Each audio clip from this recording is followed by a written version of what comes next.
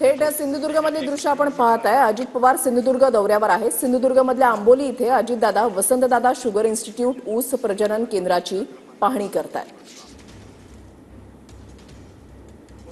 ही थेट लाईव्ह दृश्य जी आहे ते आपण या ठिकाणी पाहत आहे। मंत्री हसन मुश्रीफ, दीपक केसरकर यांची सुद्धा यावेळेला त्यांच्यासोबत उपस्थिती आहे। अधिकारी वर्ग सुद्धा आहे।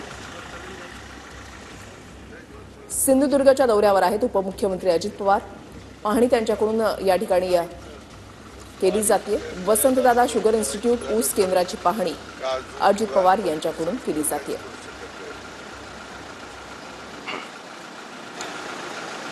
अजित पवार यांचे ठिकठिकाणचे दौरे आतापर्यंत आपण पाहिलेले आहेत। आता सिंधुदुर्गच्या दौऱ्यात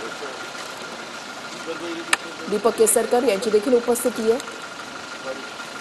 हसन मुश्रीफ हे सुद्धा उपस्थित आहेत।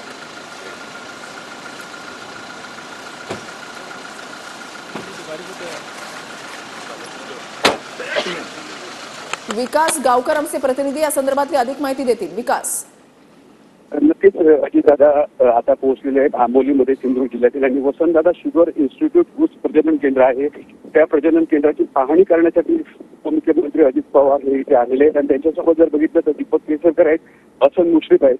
इथे बघितलं तर आंबोलीच्या जंगल भागामध्ये हा भाग आहे आणि त्या ठिकाणी गाड्या जाण्याचा सुद्धा रस्ता नव्हता। अशा भागात अजितदादा पोहोचले आहेत आणि आताच त्यांनी ऊस प्रजनन केंद्र जे होणार आहे त्याची पाहणी केली। त्याचबरोबर तिथे जाणारे रस्ते आहेत ते सुद्धा कशा पद्धतीने पुन्हा एकदा दुरुस्त करता येतील याची सुद्धा त्यांनी दीपक केसरकर यांच्यासोबत चर्चा केलेली आहे।